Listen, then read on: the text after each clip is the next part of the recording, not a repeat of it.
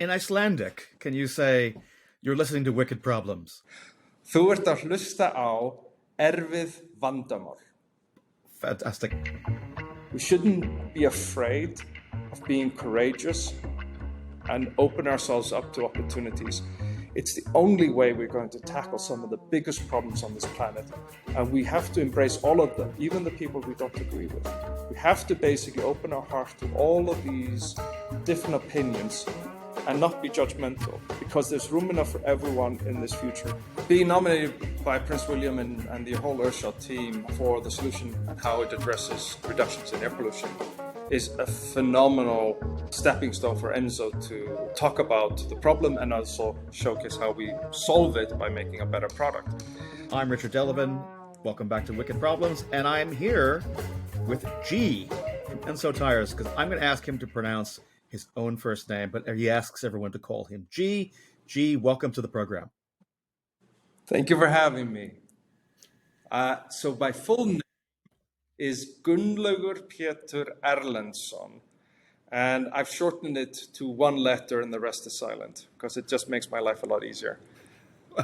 Well, I hope you can forgive my monoglot hosting skills or lack thereof, but yeah, I'm not going to try to repeat that just now. I think I tried using some Icelandic on you when we spoke a couple of weeks ago, and you were like, sorry, what? No. So look, thanks so much for being here. You guys have had an absolutely tremendous year, but just for people who are not completely familiar with ENSO Tyres and yourself, how did you come to be doing it, and what is ENSO Tyres for? Well, basically, ENSO makes better tires for electric vehicles to extend EV range and also to reduce tire pollution. And the reason we're focusing on tire pollution is that tires are one of the biggest sources of air pollution and microplastic pollution on the planet. And we want to make sure that we make electric vehicles more successful by making them go further on a single charge, but we shouldn't forget they still run on 4 tires that wear down, generating all this pollution. And that's where ENSO steps in to solve both an efficiency problem, durability problem, but move the tire industry forward towards better products and ultimately to decarbonization. And so why is tire pollution, is it more of a problem with EVs because of other certain factors? I mean, what is it that, the urgent problem that you need to exist to help solve? So the urgent problem is, of course, climate change. We need to make sure that electric vehicles become successful and are affordable to operate. So when we make our tires more energy efficient, ultra energy efficiency for EVs is great. Most of the energy losses with an EV at slow speeds is actually through the tires, not through the aerodynamics. So when we're driving in cities at around 40 miles an hour or slower, depending on the shape of the vehicle and the aerodynamics, the tires where these energy losses are being occurred. So as we make the tire effectively better, we make EVs go further, we save you kilowatts per kilometer, meaning that you save money. So for a fleet or an individual, it's a cost saving from basically using less electricity. And of course, that makes EVs more successful at scale. But as we said, the key thing is that a tire will wear down. We can't make a tire last forever. That's just not opportunity at the moment. We can, however, make them last a lot longer than they currently do. And it's about changing the incentives within the industry. So when you look at physics, heavy cars wear tires faster. And when you brake, accelerate, or turn, there's a lot of friction that is generated that just creates this fine microscopic dust of all vehicles, whether they're even your shoes will wear down as you run, accelerate, or turn. So, but of course, when you increase the mass on those tires, they wear down faster, or the volume of pollution grows. So, of course, an SUV will wear tires faster on average than a lighter vehicle. And of course, we know that electric vehicles are heavier than their same-sized counterparts. So I think it's a bit unfair saying electric vehicles are worse or better. They're neither. But they still run on 4 tires that wear down, right, just like any other vehicle does as well. So ultimately, the way we need to address the solution is to say that how do we make the product better, while of course making electrification successful. And so How long have you been set up? You mean this is something that, first of all, how did you come to this? Like, of all the things you could be working on, G, then, you decided to work on tires. Why is that? Well, I got into this industry completely by accident. Before that, I was in private equity and venture capital. But basically, what I was, when I got exposed to this industry, you saw that this is an industry where innovation just wasn't occurring at the pace needed. We had, of course, the advent of electric vehicles happening. We had Dieselgate, so the tailpipe was becoming the focal point of pollution. Mm-hmm. And now it's been addressed by simply getting rid of it. And that's great, because we want to basically minimize carbon emissions everywhere where we can. And of course, the tailpipe pollution was a complicated beast. The tire is effectively the last major source of pollution of most vehicles now, because tailpipes have gotten to the stage where, apart from the carbon emissions, the pollution they generate, air pollution, is being curtailed. So when I got in this industry, what I found was interesting is that on one hand, you've got a handful of companies that drive the innovation, and they're basically a handful, 5. You've got, however, 1 million middlemen who are basically selling the product to the end customers. Because these guys don't really sell the product to you, they sell it through this ecosystem. Right. And of course, both the manufacturers of tires today and the distributors of tires today, whether they want to or not, are focused on churn. They want tires to move, and for them to increase revenues is to sell more tires. If you want to sell more tires, you don't necessarily want them to last too long, and you don't necessarily want to invest more to make them more expensive to make either. Mm-hmm. So the conflict here isn't really about technology. The technology exists already today, and with ENSO, we've shown we can increase the range and reduce the tire pollution already. This is why we were nominated by Prince William for the Earthshot Prize. And so if a small company like ENSO can really change the needle, or move the needle, that is, and change the dynamic here, then of course it means that of course other industry players can do the same. Right. So fundamentally, you have to look at ENSO has been looked at as how do we develop a better solution for the 21st century, focus on electric cars. So we started with ENSO saying, look, let's change the business model to make that enable the change on the product side. And so to some extent, we're a bit like Tesla. We focus on electrification, we sell directly to customers, and when we do so, we harvest the data from that vehicles to further improve the business model and the product. Okay. And that basically is what makes us unique, in the sense that we're focused, of course, on the eventual end outcome of what the product does, because we want to make sure that we enable electric vehicles to be successful while reducing the pollution that comes off it. So there has been some other people paying attention to a similar to this issue as well. Now, people talk about graphene, adding that in, a couple of grams into the tire mix. Yep. Is that the secret sauce for you guys as well? I mean, what's the special ingredient that helps to extend life? Well, it's a combination of different raw materials for different attributes. So there's a lot of novel chemistry, a lot of higher grade raw materials becoming available that drive efficiency, durability, or simply improve the sustainability metrics of the tire by reducing the carbon impact from those raw materials upstream. Ultimately, it's about finding the best performance for those vehicles. If I can extend the range and the durability while using lower carbon emitting materials, that's great. The key thing, of course, is that it's not just one thing. It's not just one product, one raw material, or even just standalone the business model. It's a combination. So when we set up ENSO, we focused on building a whole ecosystem to change the tire industry. We realized that a single change will not change everything.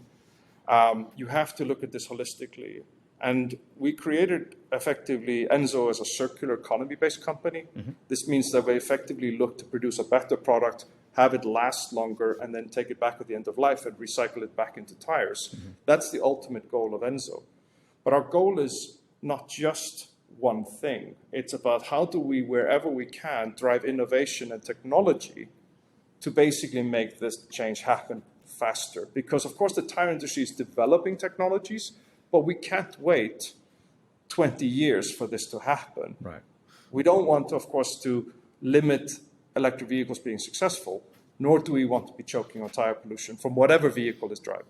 And it's something that, sorry if I'm preaching the gospel of graphene, it's something that we're talking to John Hartley from Levidian, who helped produce a lot of that. So yeah, that's an episode that will have just come out, I think, before this one. So I suppose that's part of. And we know them really well. We've looked at their material, and I can't comment on what we're doing with them, but it's very interesting. Fair enough. Okay. Well, look, I mean, and you mentioned it already. You've kind of spoiled it. The spoiler alert on the fact that the Earthshot Prize was a big part of your year. So tell us from the beginning. I think you and I met at Stephen Murphy's Climate Impact event with Akshat Ratti's launching his Climate Capitalism book. So therefore I can claim to have known you before you were on the stage there in Singapore.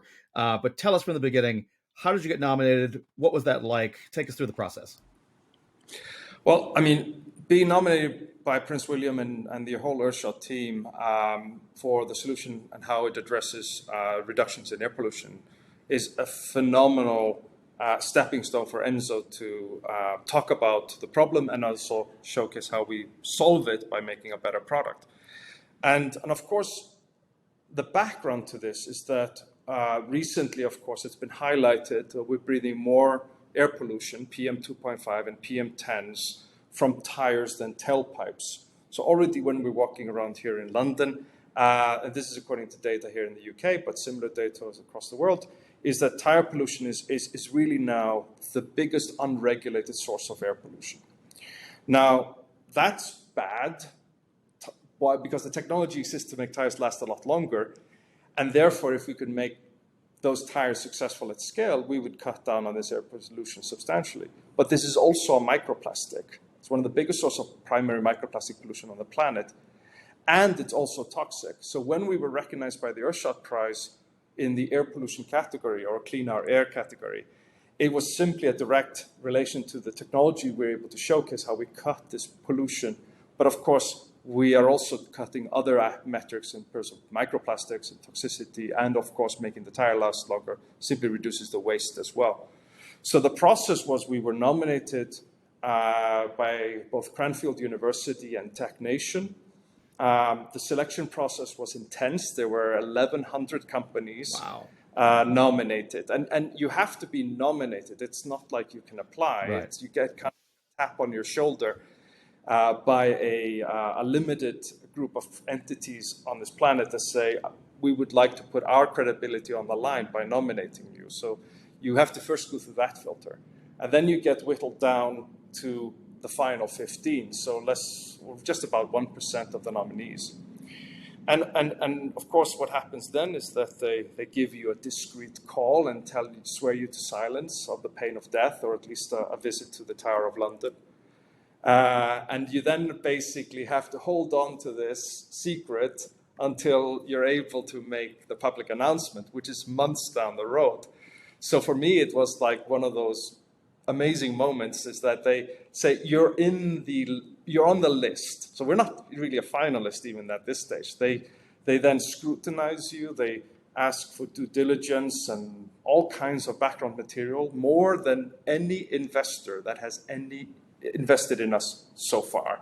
So to understand the scrutiny, because we're not, of course, being investigated whether we're a good company. We're also being investigated from, do we echo the mission statement of what the Earthshot Prize is about, and do we basically gel with the overall targets that they have, which is to bring optimism and solutions that help solve major planetary problems. Of course, we're the only B Corp in the tire industry, so we had already succeeded in scaling that mountain, which I think helped a lot in our nomination as well. And then, of course, this goes on for months on end until you're whittled down. And we were told in early July, that we were in the final 15, and I started to cry because I was so happy that we had been, one of the select few. And so that was just an amazing day. And again, we couldn't really tell anyone. So it's a bit like getting this biggest prize on the planet, and you're not able to tell anyone for 2.5 months.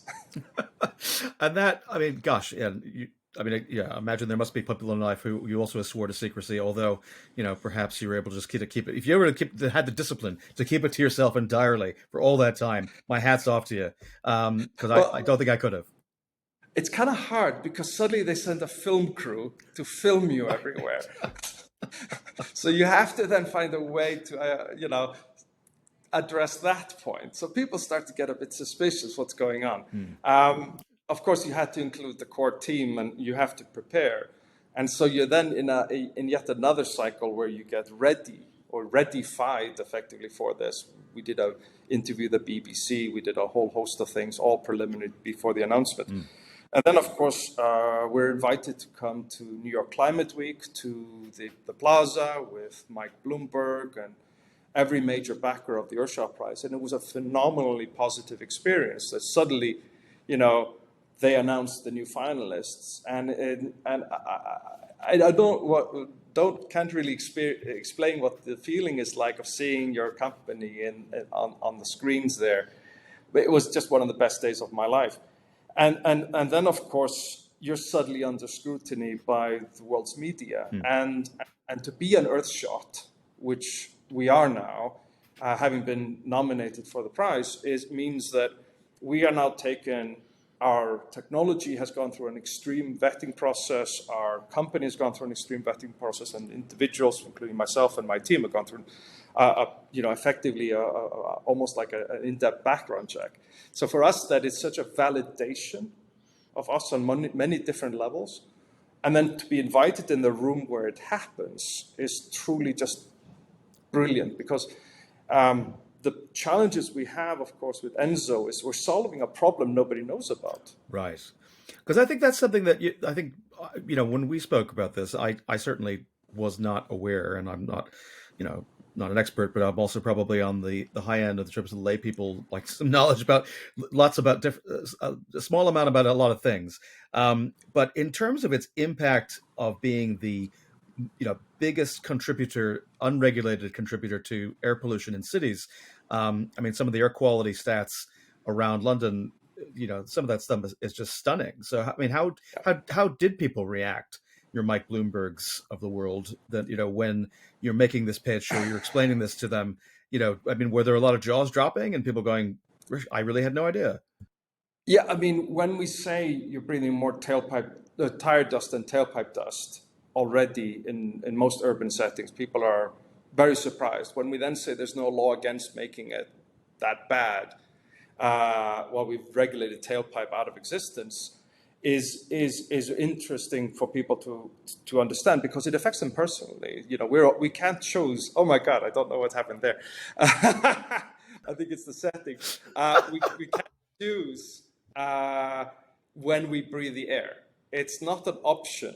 So for us, that we're exposed to this means that people feel it personally, and of course, awareness and talking about the problem is absolutely key. We're in an industry that doesn't really want to address this head on and direct, or wants to say it in a way that that the technology doesn't exist to address it. Well, if we can do it as ENSO, then surely the rest of the industry can follow as well. And of course. With Mike Bloomberg's team, and they have, of course, backed us amazingly in terms of awareness building. We've been speaking at some of the Bloomberg events recently about highlighting tire pollution, its effects as well, because it has multiple different aspects to the impact, whether it's the air pollution, the microplastic, the toxicity, and the biosphere overall. And of course, they're very focused on the Bloomberg team, and Bloomberg Philanthropy in particular, is very focused on supporting clean air in cities with the C40 group and a number of other people that are really trying to champion that most people now live in cities and, of course, are exposed to really harmful amount of air pollution, even if you don't see it.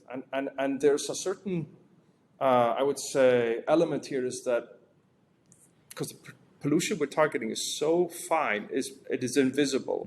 We used to see smog and of course, and a lot of that type of air pollution has been addressed. Well, we don't see this hidden source of pollution. And I think that the awareness building for many of the things we do is key. So every chance we get to talk about the problem is a chance for us to talk about what the solutions are. And we're not going to stop driving. If I say often to people, if you don't want to generate tire pollution, that's fine. Just don't drive anywhere. Right. Or drive less, drive more carefully, and make sure you buy the right tires. And it's interesting is that many of the scientists and other regulators that are looking to regulate this in the near future are now, of course, engaged with us on this topic as well, because we're sharing with them information and insights that I believe will hopefully be helpful in terms of getting this awareness bit, because once you know about something, you can measure it. Once you measure it, you can regulate it. Once you can regulate it, the solution appears. And there's a fundamental point as well I want to flag here, is that the solution, as we present it, doesn't cost you anymore. It actually costs you less, because when we build a better product and sell it directly to customers, we can make it more affordable for you. So we're not saying that there's any kind of premium attached to it. What we're simply shifting is the business model that underpins it. And it's really that business model change that makes it all happen, because the technology exists to radically reduce tire pollution. It's just more profitable to sell more tires. Right. So tell me then, in terms, so that's, I think you've nicely summarized why there's a disincentives for incumbents to, make a tire that lasts longer, whereas you don't have that legacy to cope with. So what has been, first of all, what is the price point? I mean, like roughly speaking, if I'm going to buy a pair, a set of 4 tires from you, what's that going to cost me? So, for example, if we're selling at the moment to electric taxis and electric vans in London, because these are the vehicles that drive the most. Right. We have a high concentration of them because of congestion charging and ULEZ. So we they're like gazelles at a watering hole. We all push them to the middle, and this is where the EVs roam. And so ultimately, it means that this is a customer group we can target directly and sell our products to. And we're working with some of the biggest EV fleets already, both here in the UK and in other countries, to adopt our solution onto their vehicles. When we do that, we're pricing our products at the moment at a 20% discount to the benchmark tire they're currently operating from, while at the same time saving them electricity and saving them on buying fewer tires because they last longer. So you can imagine that I save the energy bill, I save you on buying when you buy the tires, and the tires last longer, so you buy fewer of them. So the TCO, the total cost of ownership savings that I deliver to these electric vehicle fleets and high mileage use cases is substantial. Some of the calculations we've done show that the energy saving alone pays for the tires. So effectively, the tires are free, and they also, you get a better operational capability at the same time because of the additional range. It's also important to note that the way we do this is all based on transparency and working with these operators. We harvest the data from these vehicles, and when it's their data, we're not taking that away from them. They share it to us willingly, and we're able then to showcase clearly that when you do the switch, the cost savings are yours to keep. We just want the privilege to sell you a more affordable solution. So, is it the case that then, so how do you gather the data? Are you bringing the black taxis and vans into a center? Do you have some sort of sensors that are on the vehicle itself? How are you gathering the data? Well, most of the fleets already are capturing telematic data for their vehicles for multiple different reasons. So we most often just tap into that ecosystem. We can, of course, equip the vehicles separately with trackers and other data, but most of the times we don't need. The vehicles, the electric vehicles in particular, often have over-the-air connections that simply mean that you can tap onto them. So we're in a future now where everything is effectively connected. And that connectability and the ability to capture this core data gives us the insights to be able to say, this vehicle with this tire driven in these situations has saved this much money per mile. And that really is key here, because by reducing the operational costs and extending the operating window, we just make these EVs cheaper to run and more successful to operate. Right. That's it. Okay. And that's key. And I think that, I mean, it's when you explain it like this, I could imagine, you must be pretty good in the picture room because it's, once you explain it, it's sort of like, where's my checkbook? What can I do to get involved in this? So, I mean, imagine has getting this additional exposure, this additional vetting through the Earthshot process. I'm guessing we spoke a little bit about this in the green room. The interest, let's say, is probably higher than it was maybe before. I mean, so how busy are you right now meeting, VC, PE, various other people who are trying to throw money at you? Well, we're talking to a lot of great investors who really want to support our journey. We're still a very small company. We're doing effectively a funding extension round because of all the attention we got from Earthshot and the demand that it has generated. We're doing a mini round at the moment for about $5 million simply to buy more inventory so we can meet next year's demand. We've already announced as well on Bloomberg that our Series A will come up next year. And we're already speaking to investors both for the current inventory round and as well for the Series A for our expansion into California. We've already made an announcement we're opening into California next year with some great partners that want to support our journey there. Interestingly, California, by the way, is already now looking to regulate tires just like they regulated vehicles.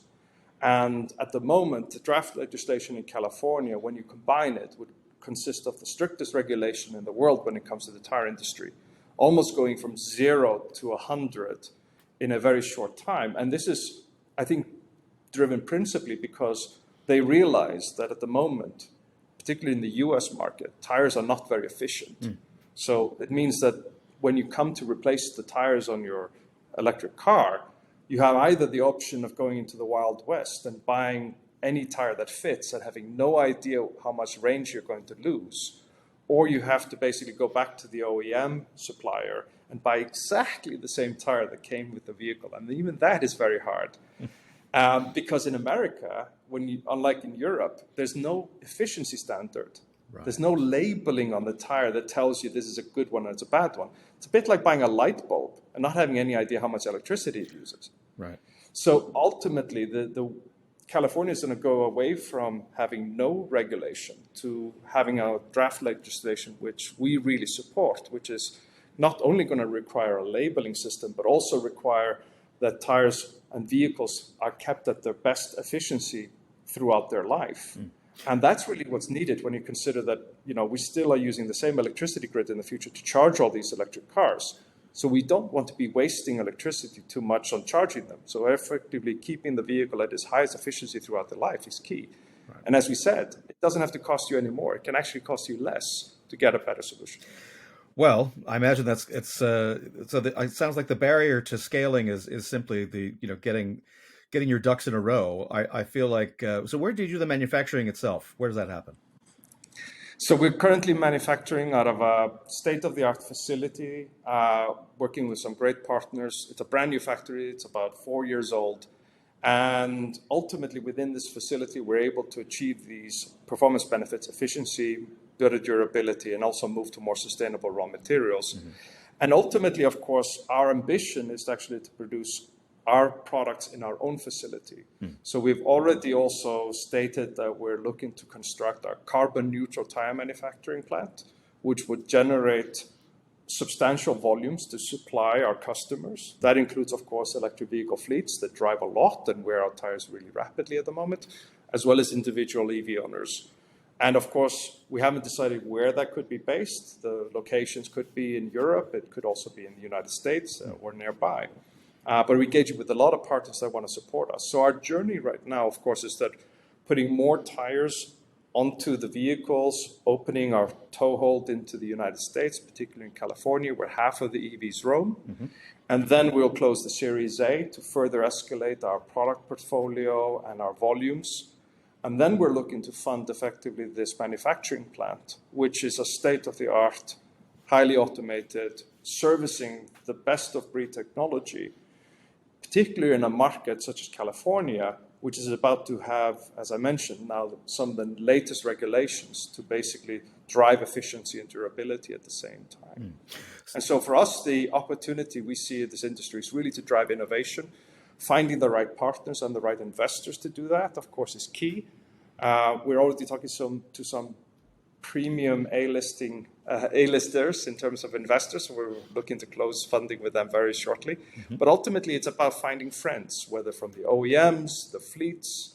We run an open innovation platform where people can simply come to us and say, hey, I have an idea or I have a concept. We're always happy to talk because we want to drive change. And one of the examples of that as well is that at COP this year, we announced the target that we are going to fully decarbonize our entire products by 2030, meaning that the tires themselves would be carbon neutral, made in a carbon neutral tire manufacturing facility, which we have in our crosshairs already. And this is 2 decades ahead of the rest of the tire industry in terms of its ambition. Right. So the technology exists to do that today. It's only a question of building the right partnerships, the funding partners, and then the fleet operators, and then service everyone who owns an EV. So it does sound like you're going to break our hearts and you're not going to be manufacturing here in the UK with the state-of-the-art facility. But I suppose it's like you're in a position of like a lot of founders, a lot of CEOs, where you have to go where the business logic takes you. So do you anticipate there's going to be a bidding war for where the incentives that people are going to stump up to help you decide where to put your factory? Well, I don't want to say it's not going to be in the UK. We're a London-based, we're the only urban tire company there is. And of course, London is at the heart of everything we've done. The UK is where we were born. So I don't want to say that we are not going to make it in the UK. It's option. It's, however, of course, there's a lot of support, of course, on the other side of the Atlantic. Yep. The Inflation Reduction Act, the Department of Energy, and other partners are looking at driving efficiency. And if we forget about the tire, we may end up with a lot of EVs, but over time they get less and less efficient, which will limit how successfully and either drive costs or limit their operational window. So ultimately, of course, where we end up producing at scale is a good question. We are not limited to building only one manufacturing plant. We have actually explored building more than one. However, of course, we have to start by building the template of how we will scale going forward. And of course, Earthshot and all the partners that we have been engaging with and since then are really, I think, pushing us forward to actually move faster. So the key thing for me right now is to work with the right partners, build the right solution, but also give hope and inspiration that this industry can change, because we've shown that if we are able to do it, therefore the others should as well. And of course, it's going to be easier for a vertically integrated company, just like it was easier for Tesla and Rivian and others to enter a new technology with new markets, engaging directly with those customers. But that doesn't mean that this can't play out better and positively. We're not going to make every tire on the planet. But if we can move the industry a step forward, that itself would be a huge win for the environment. And of course, it's about building that optimism that it can work. And of course, this is an industry that makes 2 billion products on the planet every year. Right. But the technology exists to make 1 billion tires on this planet. If everyone used the state-of-the-art technology, that would halve the air pollution. That would halve the waste. It would halve the microplastic pollution. It would have a number of the other impacts, the raw material demand as well. And this is really where we see ourselves going forward, is that this is going to be a long journey. We do it with friends, and then we basically are able to work with the community of EV owners, OEMs, fleets, and the tire industry to take a step forward and change. Okay. Well, we could go on for really quite a long time. And so, I mean, so I think that we're going to keep tabs on the story. We're going to keep following you guys, what you're going to be up to next year. It's such an exciting time, and we're delighted you could make the time to join us. Before I let you go, the one thing we do ask every guest who comes on the program is to, and I know you didn't have time to do your homework because you're a busy man, but in terms of anything that you've read or watched or listened to that has inspired you on your journey, we call them catalysts, things that have changed your point of view about climate, got you interested, changed your views on business, how you run your company, climate tech, etc. So a couple of thoughts. Oh, absolutely. I would go back to what we did at the Earthshot. So we were taken aside. We were given a a who's who list of people to talk to as part of the retreat we did before the Earthshot event itself, Earthshot Week in Singapore. And we met some really inspiring people throughout that. And there was one person in particular that really inspired me. And actually, it's my fellow countryman. It's a woman called Halla Tómasdóttir. And she runs the B team, if you know who they are. And she taught me something extremely valuable that I perhaps had been doing, but hadn't been quite understanding how powerful it is. And it's really to speak from the heart. And, if we let the heart guide us in our decision making, and allow ourselves to be open and vulnerable, but also courageous and ambitious in what we really want to achieve, we can actually move mountains, because people really follow not just the mind, but the heart is really what decides our journey, whether we realize it or not. So for me, the opportunity to really express openly our ambition, our mission, our view on how we can work together on this planet to make it a much better place to live is really what has inspired me lately. And we did a session like this with key decision makers in Dubai at COP. And I have to express that I just want to do it again, because once you open yourself up to people, to let them in to see what you're doing and open it with your heart, people come with the most positive experiences back to you. And I can only say that we should do more of that. We shouldn't be afraid of being courageous and open ourselves up to opportunities. It's the only way we're going to tackle some of the biggest problems on this planet. And we have to embrace all of them, even the people we don't agree with.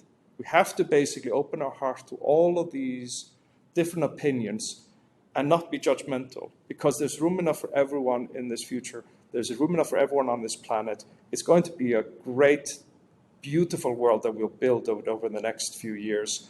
But we have to start now to talk from the heart. Well, I think that's a great place to end it. And last thing before I let you go, G, can you do us one favor?